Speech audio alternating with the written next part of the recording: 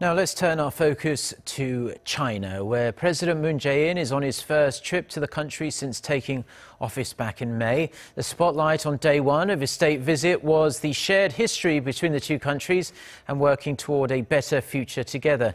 Our Moon Connyoung, who is traveling with the president, files this report from Beijing. China. It's a communist country to the north for South Korea, with whom it's enjoyed 25 years of friendly ties, particularly highlighted by extensive economic linkages and rich cultural and people-to-people exchange.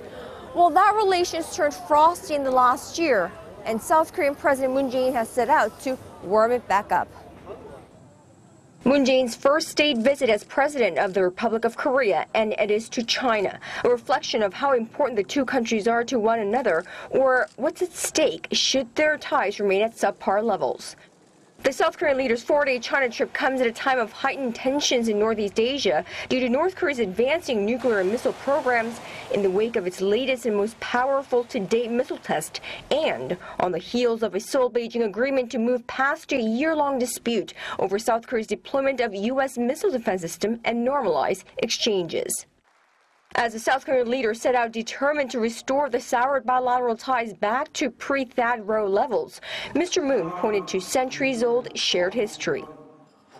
두 나라는 제국주의에 의한 고난도 함께 겪었고, 함께 당일 투쟁을 벌이며 어려운 시기를 함께 헤쳐왔습니다.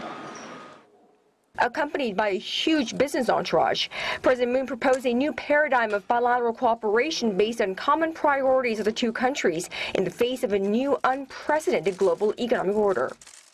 동북아의 책임 있는 국가로서 중국과 한국이 힘을 모아 새로운 변화와 도전에 함께 대응해 나갈 것을 희망합니다.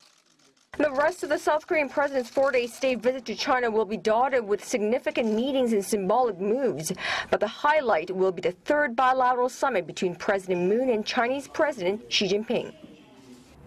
Escalating tensions over North Korea's nuclear ambitions will have to dominate the agenda when the two leaders meet, but it's also quite possible that their discord over that issue may be revisited again. How Mr. Moon treats the tightrope will be the first real test of his diplomacy that the world will be watching. Moon Connyoung, Arirang News, Beijing.